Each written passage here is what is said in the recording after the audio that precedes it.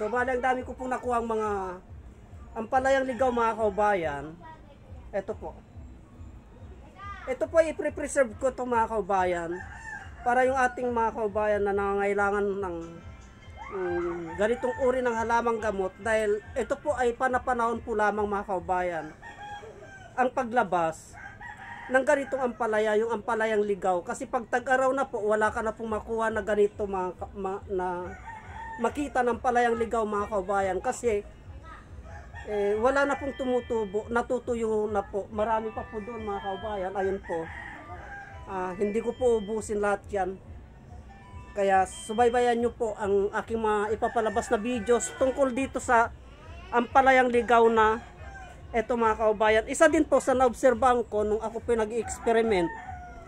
In-experiment ko po ito tungkol sa ating mga kaubayan, kung anong mga benepisyo ang nakukuha dito sa ampalayang ligaw, ay itong lagundi.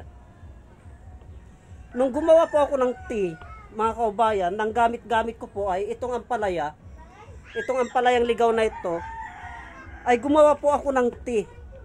Nag-experiment po ako ampalayang ligaw at saka yung lagundi.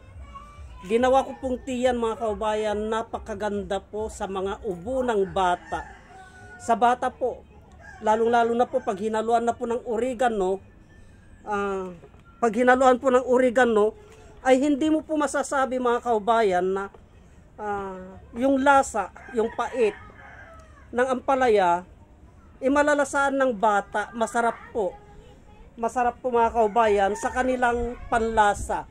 Itong ampalayang ligaw, pag pinagsama-sama mo po tungkol sa ubo, hika, pag pinagsama-sama mo po itong lagundi, ampalaya, at saka oregano po, ay masarap po ang lasa niya mga kaubayan.